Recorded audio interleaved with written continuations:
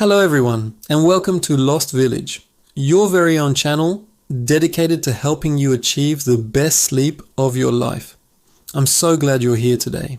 We're going to dive deep into the world of sleep, exploring why it's so incredibly important and how you can start improving it tonight. So let's start with a simple question. How did you sleep last night? If your answer is anything less than fantastic, you're in the right place. Many of us treat sleep like a luxury, something we can cut back on when life gets busy. But the truth is, sleep is a fundamental pillar of our health, just as crucial as a healthy diet and regular exercise. It's the time when our body and mind recharge, repair, and reset for the day ahead. Think of it as a nightly maintenance session for your entire system. Without it, things start to break down. Let's talk about what actually happens when we sleep. It's not just a passive state of rest. Your brain is incredibly active, working hard to process information from the day, consolidate memories, and clear out toxins that build up while you're awake. This is why a good night's sleep helps you feel sharp, focused, and creative. It's also when your body gets to work repairing muscles, regulating hormones, and strengthening your immune system. Ever notice how you're more likely to catch a cold when you're sleep deprived? That's your immune system telling you it needs more rest. Now, you've probably heard about sleep cycles. During the night, we cycle through different stages of sleep, including light sleep, deep sleep, and REM sleep, which stands for rapid eye movement. Each stage plays a unique role. Deep sleep is vital for physical restoration. It's when your body does most of its repair work. REM sleep, on the other hand, is crucial for your mind. It's when most of our dreaming occurs and is associated with memory consolidation and emotional regulation. To feel truly rested, we need to get enough of both deep and REM sleep, cycling through them several times each night. But in our modern 24/7 world, getting that quality sleep is becoming harder and harder. We're constantly bombarded with blue light from our screens, stressed from work and overstimulated by caffeine and sugar. These things can seriously disrupt our natural sleep-wake cycle, also known as our circadian rhythm. This internal clock tells our body when it's time to be awake and when it's time to sleep.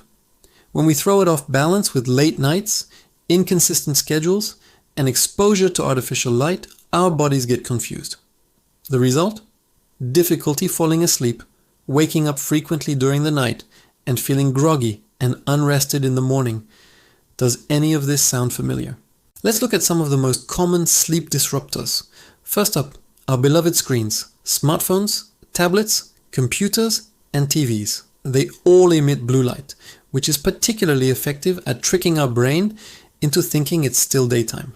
This suppresses the production of melatonin, the hormone that signals our body it's time to wind down for sleep. Using these devices right before bed is like telling your brain to stay alert, right when you want it to relax. Then there's stress and anxiety. When we're worried or have a racing mind, our body goes into fight or flight mode, releasing stress hormones like cortisol and adrenaline. These are the complete opposite of sleep hormones. They keep us vigilant and on edge, making it nearly impossible to relax and drift off. It's a vicious cycle too. Poor sleep can increase stress levels, and high stress levels can lead to poor sleep. Breaking this cycle is key. Our diet and lifestyle choices also play a huge role. That late afternoon coffee or that sugary dessert before bed can significantly interfere with your sleep.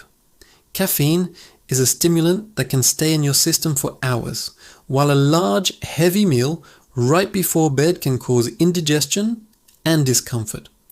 And while a glass of wine might make you feel drowsy initially, alcohol actually disrupts your sleep cycle later in the night, leading to more fragmented, lower quality rest.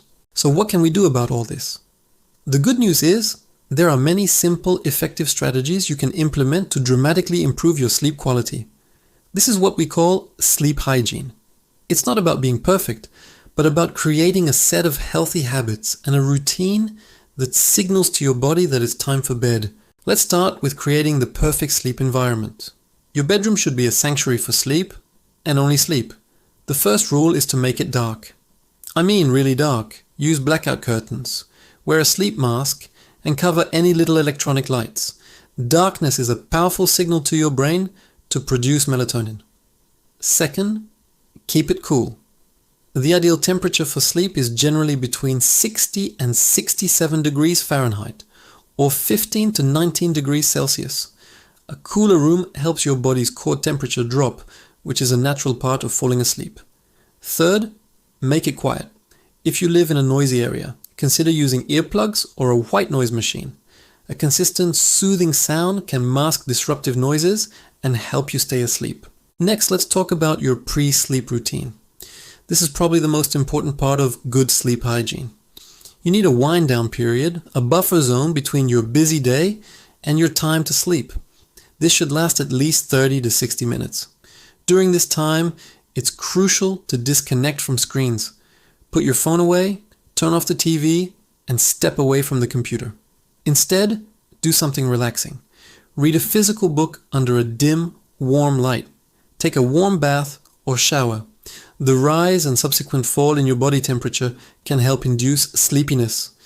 Listen to calming music, do some gentle stretching, or practice meditation or deep breathing exercises. The goal is to calm your nervous system and quiet your mind. Consistency is also your best friend when it comes to sleep. Try to go to bed and wake up at the same time every day, even on weekends. Yes, even on weekends. This helps to anchor your circadian rhythm, making it easier to fall asleep and wake up naturally. Sleeping in for hours on Saturday and Sunday can give you a sort of social jet lag, making it much harder to get back on track for the week ahead. Of course, what you do during the day matters too.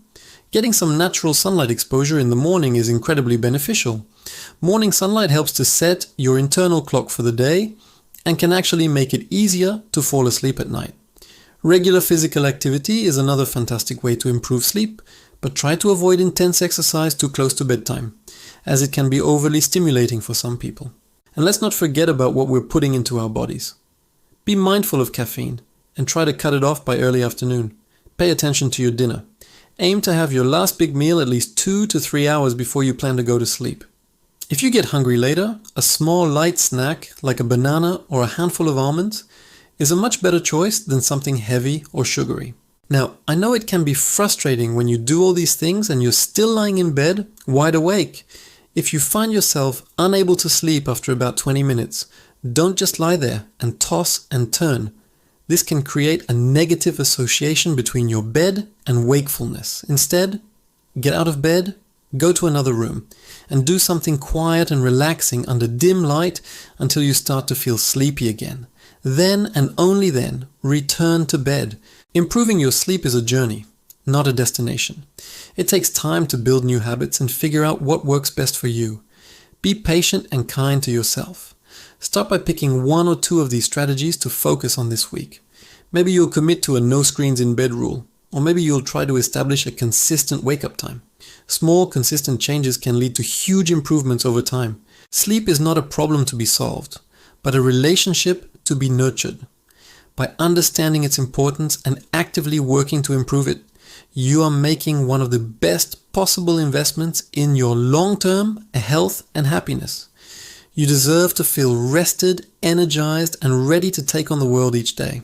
Thank you so much for joining me today at Lost Village. I hope you found this lecture helpful.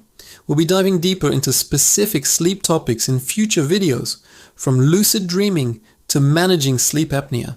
If you have any questions or want to share your own sleep journey, please leave a comment below. Don't forget to subscribe to the channel so you don't miss our next lecture. Here's to a better night's sleep for all of us. Sleep well.